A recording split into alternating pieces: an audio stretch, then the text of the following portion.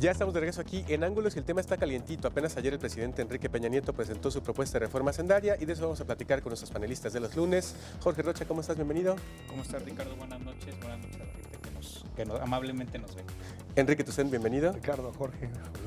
Y Jesús Estrada, bienvenido. ¿Qué tal, Ricardo, Jorge, Enrique? Bienvenidos todos. A ver, ¿qué les parece si primero vemos lo que ayer dijo Peña Nieto respecto a si habrá o no habrá IVA en alimentos y medicinas, como aseguraban hasta unas horas antes todavía, pues la gente de izquierda encabezada por Andrés Manuel López Obrador? Veamos. La reforma hacendaria, en su conjunto, contribuirá a reducir los elevados niveles de desigualdad entre los mexicanos. Con ella pagarán más los que ganan más y también tendrán mayores beneficios quienes menos tienen. La economía está creciendo a un ritmo menor al esperado y, en consecuencia, un impuesto a insumos básicos en este momento tendría un efecto adverso en el consumo y bienestar de la gente. Por ello y tomando en cuenta que las familias más pobres dedican más de la mitad de sus ingresos a la compra de alimentos, he decidido que en la propuesta de reforma hacendaria que envío al Congreso de la Unión no haya IVA en alimentos y medicinas. Y ahí fue cuando todo el mundo le aplaudió porque escuchó al pueblo. Y bueno, por una parte se exhibió porque dejó ver que efectivamente estaba pactando o estaba planeando la posibilidad de que hubiera un impuesto generalizado en alimentos y medicinas que a final de cuentas dijo, lo pensó muy bien y entonces no se presenta. A nivel general, ¿qué les parece esta propuesta de reforma y qué es lo que resaltarían ustedes? Mira, en el tema de IVA en alimentos y medicinas, creo que el presidente se dio cuenta que era un momento muy complicado, o sea, con un frente abierto como la reforma energética, aparte de enfrentarse a eso, más que haber escuchado a la gente, yo creo que, digo que al fin y al cabo las encuestas podrían ser un reflejo también de la opinión pública. Fue un cálculo, ¿no? Yo veía en la mañana una encuesta en Excelsior donde el 89% de los mexicanos estaban en contra de IVA en alimentos y medicinas. Estamos hablando de una mayoría, y sabemos que el presidente gobierna mucho a través de encuestas, entonces no es raro que racionalmente haya tomado esa idea. En segundo punto, creo que es una reforma insuficiente en términos generales. Yo quedé decepcionado con la propuesta. Yo sí pensé, por ejemplo, que tendría un impulso mayor al tema de impuestos directos, o sea, al ISR. ¿Por qué? Porque el ISR al fin y al cabo es el impuesto que te permite generar mayor equidad, porque es un impuesto que lo puedes hacer progresivo, que el que más gane, pues más pague. Entonces yo creo que al final queda en deuda en eso. Y veo como tercer punto en muchos huecos en la reforma. Por ejemplo, veo mucho gasto. Se incrementa en el presupuesto que manda el presidente, se incrementa en 500,000 millones de pesos el gasto, o sea, pasamos de 3.9 billones a 4.4 billones. Pero solamente se prometen 240,000 millones en nueva recaudación, con un déficit de 0.4, que es como 60, 70,000 millones de pesos. ¿Dónde quedan los otros 230,000 millones de pesos? ¿De dónde quedan? No sé. Yo creo que al final es un cálculo que hacen sobre un precio de petróleo un poquito más bajo de lo que en realidad esperan obtener. Pero bueno, me preocupa que pocos impuestos, pocos nuevos instrumentos fiscales, pero al final muchísimo aumento de gasto, ¿no? Exacto, y aparte elimina dos impuestos importantes que serían el IETU y el IDE, que por una parte el IETU era polémico y por otra parte el IDE tenía la idea de desincentivar el lavado de dinero, el impuesto a depósitos en efectivo mayores de 25,000 pesos, Jorge. Primero 25,000 y después 15,000, en esta última ya 15,000. Mira, yo lo que alcanzo a ver de la reforma, digo, obviamente hace falta mucha información, hace falta discutir, todavía no nos hay, bueno, apenas están empezando a circular el documento oficial que presenta Peña Nieto.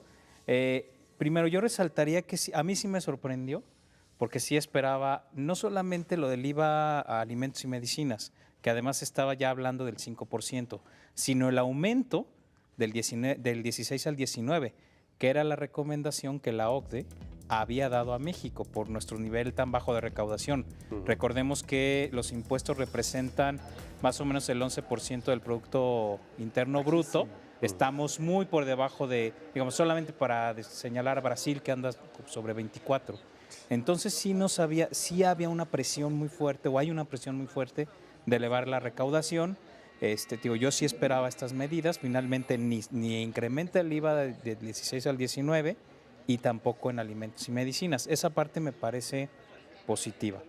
La otra es que, bueno, aparece la figura de la pensión universal, que es también una idea que ya se venía manejando, que significa que pues, se le van a dar pensión a prácticamente a toda la gente anciana, haya cotizado, ¿no?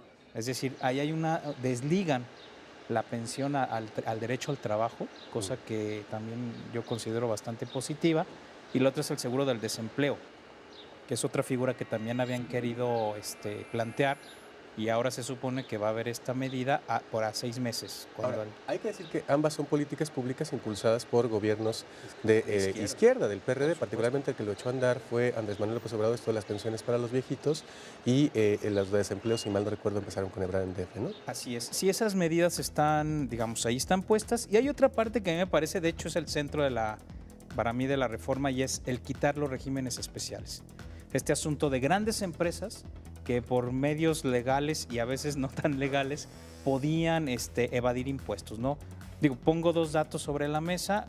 Este año se le devolvieron a Televisa alrededor de 3.334 millones de pesos por devolución de impuestos. O por ejemplo, bueno, eso lo argumenta Sergio Aguayo en uno de sus textos que se llama Vuelta en U. Él plantea que Carlos Slim de ISR en el año 2009 pagó 70 pesos. No. Claro. Pagó menos que yo, el hombre más rico. Que cualquiera de los que estamos en esta sala. Exacto. Entonces, cuando tú quitas estos regímenes especiales, pues pero obviamente... Medias, ¿eh? Sí. No son totalmente. No, dijeron que pero que los estratégicos no los iban a quitar, otros sí, pero se supondría que ahí va a haber una alta recaudación. Quedaron muchas lagunas, justamente. Uno es, el que creo que estás hablando específicamente, es el régimen de consolidación fiscal, que es una barbaridad con la cual las empresas más grandes han estado ganando, pero miles y miles de millones de pesos, que es básicamente un holding cuando hay una empresa que tiene varias subsidiarias, unas tienen pérdidas, otras tienen ganancias, lo consolidan y entonces con eso puedes aplazar hasta 5 años o un poco más, me parece, el pago de ISR.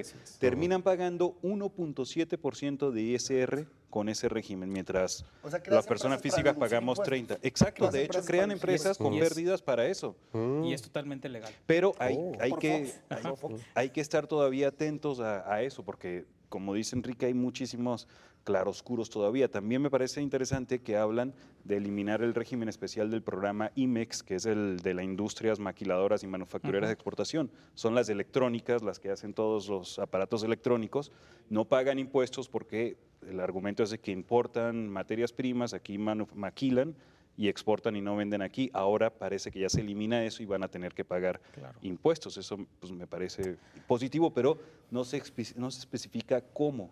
Creo que se queda muy corta la reforma, la verdad. No me sorprende muchas cosas que habrá que debatir, pero digo, francamente, bueno, yo tenía una posición muy pesimista frente a lo que iban a presentar y sí me sorprende. Y también estoy totalmente de acuerdo que es un cálculo político del presidente. O sea, si ves que, por ejemplo, en Guadalajara se te juntan 10,000 profesores contra la reforma educativa, y luego López Obrador te junta 50,000 en el Zócalo contra la energética, imagínate lo que hubiera significado aumentar el IVA y tasar alimentos y medicinas.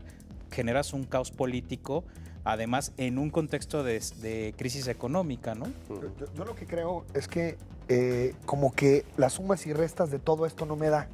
Por eso soy tan escéptico con el tema de la pensión universal y del seguro de desempleo, porque no me dan los números, a menos de que sea un seguro de desempleo de 4 días, ¿no? De que tienes una semana para encontrar trabajo. Se supone que son 6 meses, 6 ¿no? meses. Va a ser pagado en parte por el propio trabajador. Por el propio trabajador, como un servicio contributivo que le llaman. Pero ¿no? entonces tampoco es acá tan bonito como lo la pintan. pensión universal también va a ser contributiva, entonces que en realidad no va a ser tan universal, sino que también va a haber segmentos de exclusión. No sé, como que no me cuadran las cifras, incluso también viene una cifra ahí dentro del proyecto que es que se va a aumentar el gasto en 9.1% el siguiente año de madrazo para tratar de sacar a México de esta desaceleración. Tampoco me cuadran esas cifras y no veo cómo los ingresos vayan a ser equilibrados con un déficit tan bajo como 0.4%. No sé. Aumentarlo, creo, el déficit. Están Yo creo que previendo. Sí, yo creo que sí. Sí lo van a aumentar, pero además acuérdate que hay subejercicio este año, ¿eh? Muy bien. Hay Con eso nos quedamos. Vamos a la pausa y, o sea que tienen ahí el cochinito guardado.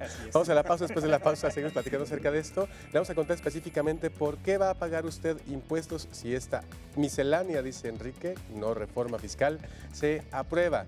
Chicles, refrescos, conciertos, croquetas. Regresamos. Puras cosas.